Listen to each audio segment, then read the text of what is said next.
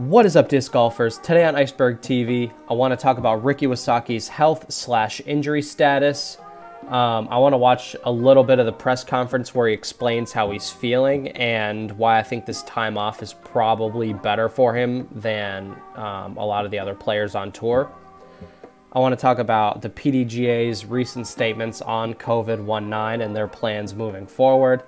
And then while we're not able to see tournament coverage or some of the regular content that we're used to seeing, that doesn't mean there's no disc golf content out there to watch. I want to do a just quick overview of my 3 favorite disc golf channels right now. So let's get this thing started with Ricky. So the soonest that we're probably going to see Ricky play, and then that's again if things normalize within the next couple of weeks, probably will be the San Francisco Open. So we won't be able to see Ricky play until the end of the month. He's been having a pretty rough time as far as playing wise. He hasn't been healthy. In the first couple comps, his knee was bothering him, and now he's saying his elbow is bothering him really badly. So let's have a look at this interview on Disc Golf Network real quick. Honestly, I'm not feeling great. I mean, last week at the Memorial, I played, or 2 weeks ago, I didn't play. I played like 50%. So I knew going in, I wasn't going to have a chance to win. And as a competitor and a top player, that's a horrible feeling to go into a tournament knowing I'm not going to win.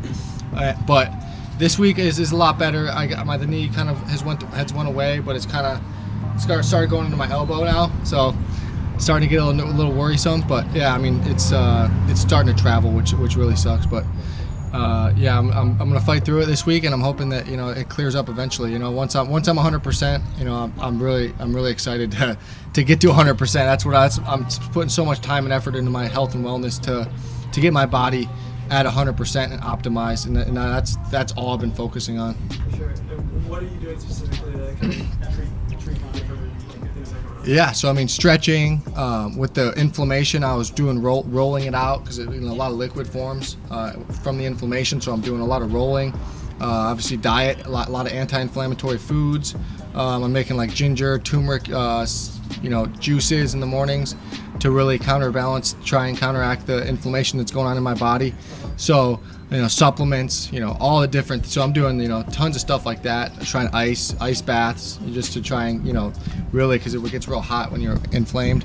And so I've just been doing so much, and all that stuff has been helping a lot to get me to the point where I can play. But I'm just hoping that I can start focusing more on just I'm practicing a lot, but it's hard to practice when you're limping and have can't put pressure on my plant leg, which is my back foot. And so it really hinders my shots completely. And I was playing at like 50%, if that, last week.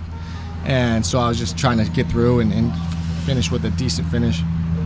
So my thoughts on this is that Ricky should be shut down until he figures out what the heck is going on.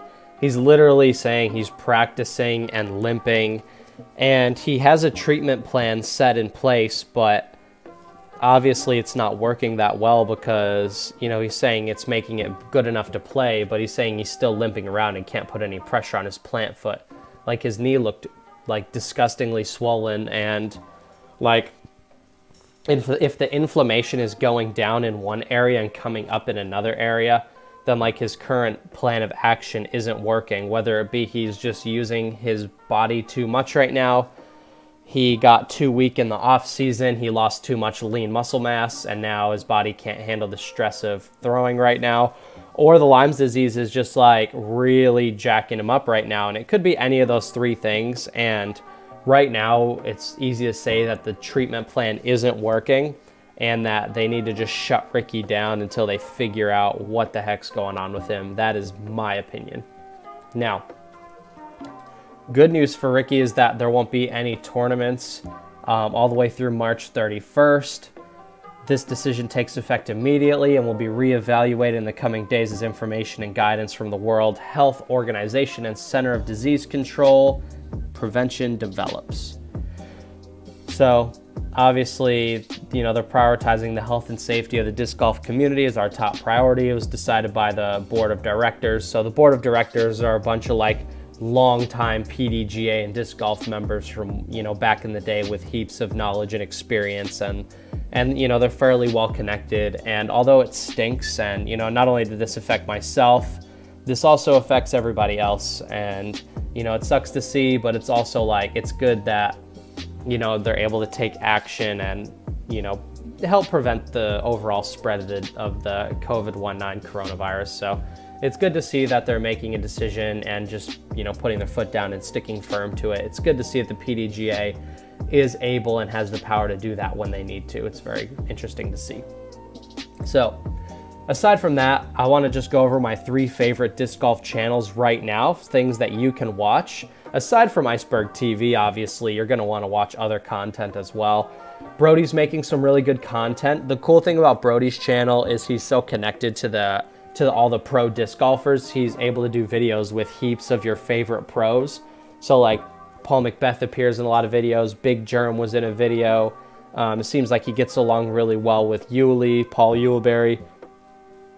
He's playing with lots of pros, so that's really cool to see. So those videos are like extra entertaining because not only like Brody's pretty cool, but like he's also featuring top pros on his channel very frequently as well.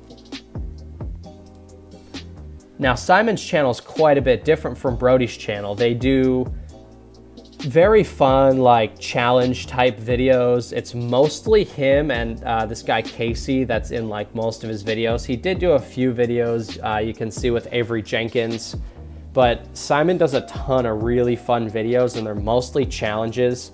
Simon's a very bubbly personality and he's really fun to watch, so he doesn't really need those top pros on his channel to keep the videos entertaining. Like just watching Simon and then his buddy Casey, who lives near him in Massachusetts, is like entertaining enough.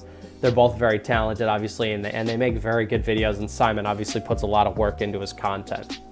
He has a really good channel. He almost has 50,000 subscribers, so that's very, very cool. Most disc golfers haven't been planning ahead and making channels and being successful like this, so good on Simon.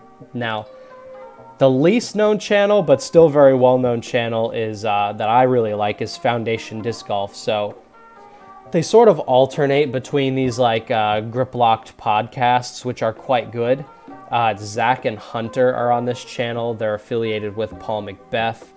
This channel is really, really cool. They do heaps of challenges. They're very creative. They make tons of fun videos, and I actually want to sort of go through here, and I might even borrow some of these video ideas that they've done and then put my own spin on it, because they've done a really good job continuing to make fun and inventive content. And again, Zach and Hunter seems like super cool dudes. They're really funny. They make cool videos.